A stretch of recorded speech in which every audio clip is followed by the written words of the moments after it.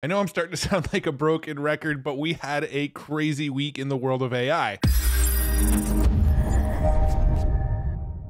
Mostly headlined by OpenAI's Dev Day on Monday, where they unleashed a ton of new announcements. Now, I made a complete deep dive into OpenAI's Dev Day and all of the announcements that they made there. You can see that video right there. So I'm not going to go into too much detail about all of the announcements, because that video does a good job of breaking it down. However, here's the quick, too long, didn't watch breakdown. They announced the new GPT-4 Turbo, which has 128,000 context window. That's almost 100,000 words between input and output from the new model. There was a bunch of new updates and things like function calling and better instruction following and a JSON mode. They made a bunch of new updates to the API, including assistance, which allows you to upload additional data and use that data as context to make custom bots, something that I've actually demoed in my last 2 videos on this channel. They also added GPT-4 Turbo with vision to the API, DALL-E 3 to the API, text-to-speech to the API, and announced lower prices for the API, both GPT-4 Turbo and GPT 3.5. So the developers that are building on these APIs, their costs are going down. They also announced their copyright shield, which is basically OpenAI saying that if you ever get sued for copyright issues while using the OpenAI API, they've got your back and they will help you cover legal expenses. But the biggest announcement was probably the introduction of GPTs. GPTs seem like they're kind of replacing plugins in ChatGPT, and they are essentially little chatbots that you can program with your own information and your own custom instructions to do what you want them to do. They also announced that they're going to be rolling out the GPT store later this month, where you can find GPTs that others created, and some of the best GPTs in the store they're actually going to share revenue with. So you can actually earn money by creating really good GPTs. They also talked about the fact that now ChatGPT is sort of all in one. You don't have to switch between plugins anymore. If you enter a prompt, it will just decide whether you're trying to use DALL-E or search the internet or use Vision or whatever. It just figures that out now. You don't have to switch between which mode you want. However, if you do still want to use a specific mode, you still can. You simply go up to this Explore button on the top left of ChatGPT, and you can use just DALL-E, just data analysis, just ChatGPT Classic, or any of these other GPTs that have been created by OpenAI. Some of the early ones they've given us access to play with are things like Coloring Book Hero, take any idea and turn it into a coloring book, a creative writing coach, a negotiator, a tool to quickly explain board games, and quite a bit more. And of course, we can now create our own GPTs. And the cool thing about creating GPTs is that you do it pretty much with natural language. So I can literally say, I want to create a GPT that helps me come up with titles and thumbnails for YouTube videos. Submit that, and it's going to guide me through creating this GPT. It's suggesting VidSpark as a name. Sure, that name sounds great. It even used DALL-E 3 to create a quick logo for it. Now it's just asking me questions so I can further dial in this GPT. And if I click on the configure window here, you can see it already started filling out some of the stuff for me here. The name, VidSpark, description, create YouTube video titles and thumbnails. The GPT's role is to assist with generating creative and catchy titles, etc. This is like custom instructions here. It gave some conversation starters we can use, title for a tech review video, thumbnail idea for a baking tutorial, catchy title for a travel blog, concept for a DIY project. I can turn on or off capabilities here, web browsing, DALL-E, code interpreter, and then I can upload knowledge. So I can upload a document that has all of my most successful titles in it. I can upload a bunch of thumbnails and give it an idea of what titles and thumbnails work. And now I have a custom GPT to help me brainstorm ideas. Now I am going to make a video in the future really deep diving into GPTs. So I don't want to go too far into it in this one. So instead of deep diving even more into this in this video, let me show some of the really cool things people have been doing with some of OpenAI and ChatGPT's latest features that they've rolled out. Things like GPT-4 Vision, the long context model, the text-to-speech. People have been doing some really cool stuff with it lately. For example, Sawyer Hood here drew a quick little sketch that looks really, really basic. They plugged it into ChatGPT's vision model, and it created a user interface with, I'm assuming, HTML code. Here's another example from Robert Lukoshko. He actually did yoga in front of his camera and had ChatGPT watch him and actually make suggestions on how to actually do the yoga poses better than what he's doing. Brett Bauman here created a GPT where it browsed the web to find this year's Coachella lineup and then make a playlist in Spotify of musicians that are playing at Coachella. You can see here it's browsing the web to find Coachella 2023 lineup. And it says, I've created a Spotify playlist for you featuring highlights from Coachella 2023. You can listen to it here. Bands including Bad Bunny, Blackpink, Frank Ocean, Blink-182, Skrillex, and Gorillaz. He then clicks on the playlist and it takes him over to Spotify where he can see all of the songs on the playlist. And one of the craziest use cases I've seen is people have been feeding GPT-4 Vision videos of sports and video gameplay, and then using the text-to-speech models to actually narrate over the sport. Now, the normal enthusiasm you'd get from a regular commentator isn't there yet, but it's pretty impressive nonetheless. Check this out. All like a magician on the field. Dodging 1, 2, 3. Unstoppable. Look at him go. The crowd is roaring. Can you believe this? He's taken on the whole defense. He's a one-man show, ladies and gentlemen. He shoots. Goal! Messi, Messi, Messi! But this person basically passed every frame of the football video into GPT-4 Vision and then asked it to generate narration of what was going on in that video. And then here's another example of narration over video game footage. The 18-minute mark, T1 has a slight lead with a 3K gold advantage and one turret in their favor against LNG. The vision game around the mid lane is intensifying as LNG's scout cautiously moves forward, potentially looking for a pick or to regain vision control. Once they dial in that enthusiasm and the sort of different inflections in the voice,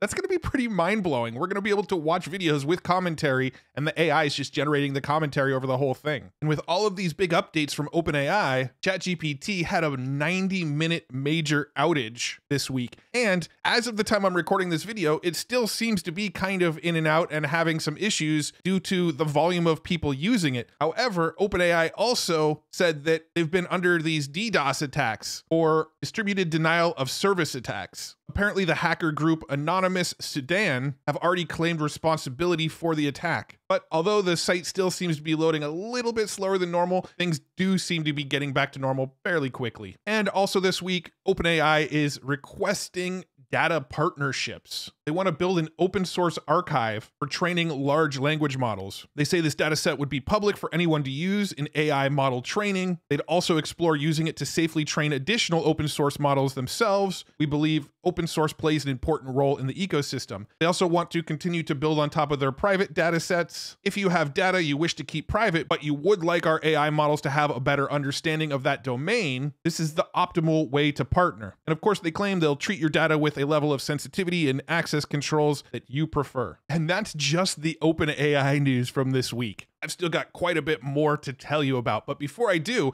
I want to tell you about today's sponsor, HubSpot. Now, I know a lot of people that watch these videos are content creators like me or watch my videos to stay up to date on how to leverage AI for their own business or careers. You love to find new and unique ways to leverage AI and the latest tech to create things that wow people and to do it quicker than previously possible. So for this video, I partnered with HubSpot to get this amazing free ebook into your hands. It's called Using Generative AI to Scale Your Content Operations. With this ebook, you'll learn about the tools and specific prompts that you can use to generate ideas, research your content, break through your writer's block, create powerful visuals, and even help to market your content to get more eyeballs on it. I especially found the section about staying in Google's good graces, even when using AI-generated content, particularly helpful because, well, I rank for a lot of keywords, and much of my content on the Future Tools website was actually generated with AI. So I think you'll find this super helpful as well. I put the link to download the free ebook in the description. So thanks again so much to HubSpot for sponsoring this video and providing this free resource. I really appreciate you guys. Next up, we got XAI, aka Grok. Now, this is another one that I made an entire breakdown video for you, all about everything you need to know about Grok. And that video you'll be able to find right there. But this is basically Elon Musk's new AI that is trained on data from Twitter and updated in real time from Twitter. And, well, it's a little bit sassy. It will swear, it will tell jokes, it's a little goofy. You can prompt it to be serious if you want it to be, but for the most part, it's kind of like a sarcastic dad humor, sometimes vulgar AI chatbot. Honestly, it kind of has the personality of what Elon's personality seems like. Now, in order to get access to it, you do need to be an X Premium Plus subscriber, which is about $16 a month, and then join the waitlist, and they are slowly rolling it out. And here's one quick example of the type of outputs you can expect from it. Somebody asked, tell me how to make cocaine step by step. Oh sure, just a moment while I pull up the recipe for homemade cocaine, you know, because I'm totally going to help you with that. Obtain a chemistry degree and a DEA license, set up a clandestine laboratory in a remote location, acquire large quantities of coca leaves and various chemicals, start cooking, and hope you don't blow yourself up or get arrested. Just kidding. Please don't actually try to make cocaine. It's illegal, dangerous, and not something I would ever encourage. Again, I did a deep dive all about it and everything we know about it so far, and you can find the video here. And speaking of Grok, it looks like Elon's planning on integrating it directly into Tesla. So, you know, you could be driving down the road and having it make jokes at you while you drive. Now, there's not a ton of info here on how Grok is going to be integrated into Tesla, but Brian Roemley on Twitter did report that a smaller quantized version of Grok will run native in Tesla vehicles using the local compute power. And I guess Musk sort of confirmed it by saying, provided our vehicle AI computer is able to run the model, Tesla will probably have the most amount of true usable inference compute on Earth. Even in a robo-taxi future, the cars will only be used for 1/3 of hours a week, leaving 2/3 for distributed inference like SETI. And in the final bit of Elon/X news, at the end of last week, they rolled out a new feature into X that uses AI to see similar posts to the ones that you're looking at. If I go to my own Twitter feed here, I can see that Nick St. Pierre was talking about the Humane pin. There's a button that says see similar posts. If I click on that, I get a feed of everybody that's talking about the Humane pin right now. Speaking of the Humane pin, that's the other big news of the week. Humane is officially launching the AI pin. It's OpenAI powered wearable. They announced it will cost $699, and there will be a $24 per month Humane subscription, which gets you a phone number and data coverage through T-Mobile's network. So the subscription isn't necessarily to use the AI in the pin. The subscription is to have the data from T-Mobile in the pin. Humane also published this 10.5-minute video on Twitter this week, which actually shows off the pin. You can see that it comes in 3 different colors. One piece has a computer in it, the other piece has a battery in it, and then it connects to whatever you're wearing with a magnet on the back. The battery seems to be the magnet side, the computer seems to be the outward facing side. You can use voice, touch, and gesture to get it to do what you want, and it will also project onto your hand. It's got a built-in camera, it's got a speaker, it's also got a light on it that they call the trust light, so other people around you know when the camera's actually recording. When is the next eclipse, and where is the best place to see it? This isn't AI browsing the web or grabbing knowledge from all over the internet. The next total solar eclipse will occur on April 8th, 2024. Best places to see it are Exmouth, Australia, and East Timor. You can also send text messages using your voice. You just tap on the pin and you say something like, tell my mom I'm on my way, and then it will message your mom. They also showed off that it can help you have conversations with people that speak other languages. Estamos casi listos para enviar la versión final. We are almost ready to ship the final version. Great. I can't wait. Thanks so much. Genial. No puedo esperar. Muchas gracias. So what happened there is the AI auto-detected Spanish, interpreted to English, and replied back to Yanir in Spanish with my intonation. He also showed that he can look at his hands full of almonds and ask how much protein is in these almonds, and it will actually respond with its best guess of how much protein you're going to get from those almonds. You can do things like look at a book and ask how much that book is online, and it will look it up for you. You can shoot first-person camera video with it. And again, it comes to $699, has a bunch of available accessories for it, and you'll be able to order it on November 16th. Seems like a pretty cool gadget to me, and kind of what I was hoping we'd be able to do with the Meta smart glasses, but this actually uses ChatGPT, where the Meta smart glasses are using Llama 2. This also seems to be able to browse the internet, while the smart glasses can't, and this looks like it's going to have the vision mode enabled as soon as it comes out, where if you bought the Meta Ray-Ban glasses, you're still waiting on that feature to come out. Here in the US, we've had access to the Google generative search experience for a little bit now, definitely a couple months or so. Well, this week, Google rolled it out to more than 120 new countries. Some notable countries that don't appear on the list seem to be Canada, Australia, and even the UK don't seem to have access to it yet. But I will link to the article below so you can double check to see if your country has access to the new generative search experience inside of Google. I saw this tweet from Brian Romley this week about Amazon, codenamed Olympus, which is a large language model to replace the back end of Alexa, will also become a companion in shopping at Amazon's site. It will have your protected personal shopping history, allowing for one of the most accrue shopping GPT, and it's going to be available for free in 2024. So of course, I went and looked it up to see if I could find more information about it. I found this Business Insider article talking about how Amazon is racing to build an AI model called Olympus to take on ChatGPT and Bard. The tech and commerce giant is developing the large language model with the aim of incorporating it into its online store and Alexa smart speakers, according to a report by The Information. The model could be unveiled as soon as December. Now, Amazon did just invest $4 billion into Anthropic, which is the maker of Claude. It's quite possible that the underlying large language model will be Anthropic's Claude. But again, everything we're reading right now is mostly rumors. Speaking of companies building their own large language models, Samsung is now working on their own generative AI model. This new model is called Gaussian and powers several on-device AI technologies across Samsung products. This article here says it will have a few different facets, but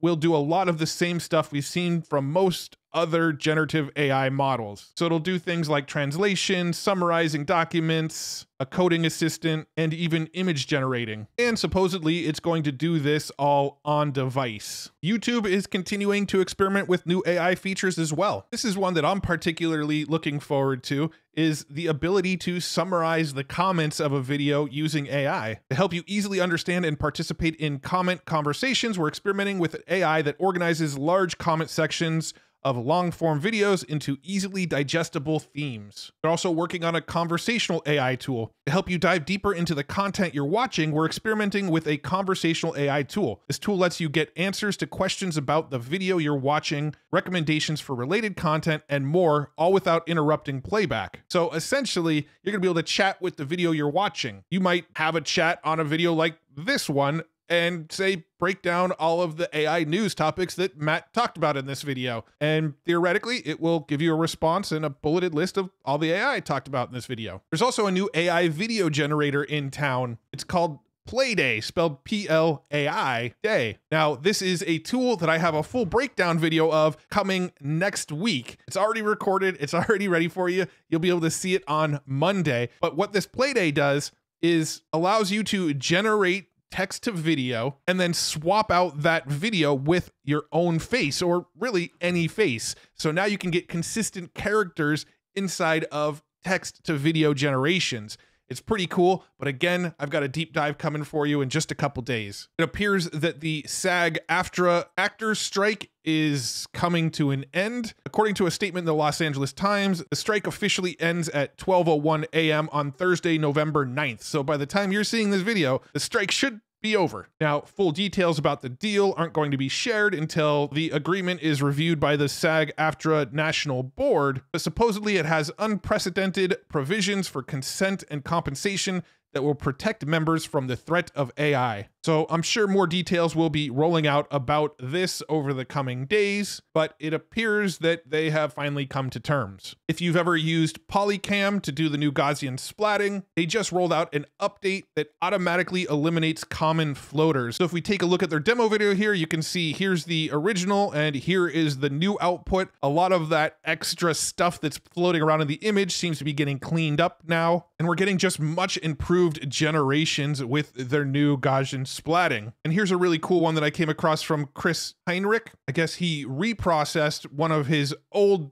splats that he did in the past, and I just thought I'd share it because I like the way that this one came out. This week, Blockade Labs also rolled out a really cool feature. They have this 360-degree skybox generator here. If I give it a prompt like a colorful cartoon video game world, let's give it a kid's CGI animation render and click generate. Here's the 360 world that it generated for me, but they just added a new feature. It's in beta, so not everybody has it yet. But if I click on download, you can see they now have a 3D mesh creator. And if I click launch 3D mesh creator, I can actually turn this into a wireframe like this and see what it looks like with a low density wireframe, a medium density wireframe, a high density wireframe. And I can also mess with the depth scale of these wireframes. So let me turn the wireframe off so you can kind of get a better look at what this looks like. But I can change the depth scale here and turn this not only into a 360 world, but a 3D 360 world. And once I've got the depth the way I like it, I can download the GLB file here and essentially open it in any sort of 3D software. You can see I can look around in this thing that I created in my little 3D viewer here on Windows. You could pull it into Blender or pull it into whatever software you use to mess with your 3D generations and meshes. And to wrap up, this video has been circulating, which is an actual physical real world video generation machine. So this will actually generate videos using AI, where you basically set little storyboard frames, you can set styles, set music, and press a button, and it will actually generate a unique AI generated video all inside of the device. Now, this was posted by Cristobal, the CEO of Runway. I'm not sure if this is something that's for sale or just sort of a fun prototype that they're showing off, but it looks pretty cool. I mean, I don't even believe you need to be connected to the internet to use it. It does all of the generation in device. And that's all I got for you this week. I'm recording this on Thursday, releasing it on Friday, so there might even be AI news that I missed in this video, but if there is, I'll make sure it's in next week's breakdown. And before we go, I want to thank everybody who participated in our Wirestock AI image generation contest. We had 1,346 submissions. You can see our winner right here, our second place winner and our third place winner. Thank you again to everybody that participated. There'll be more contests in the future. And if you want to stay in the loop with all of the latest and greatest in AI tools, all of the most up-to-date AI news, check out futuretools.io, where I curate everything you need to know in the AI world. I also have a free newsletter where I will send it directly to your inbox, so you will never be out of the loop of AI news and tools. All you got to do is head over to futuretools.io and join the free newsletter, and you'll be good to go. And if you enjoyed this video, you want to stay in the loop with the latest news, you want some cool AI tutorials and research breakdowns, and you just want to keep your finger on the pulse, maybe give this video a like and subscribe to this channel, and I will make sure more videos like this show up in your YouTube feed. So thank you once again for tuning in. Thanks so much to HubSpot for sponsoring this video. I really, really appreciate you, and I'll see you in the next video. Bye-bye.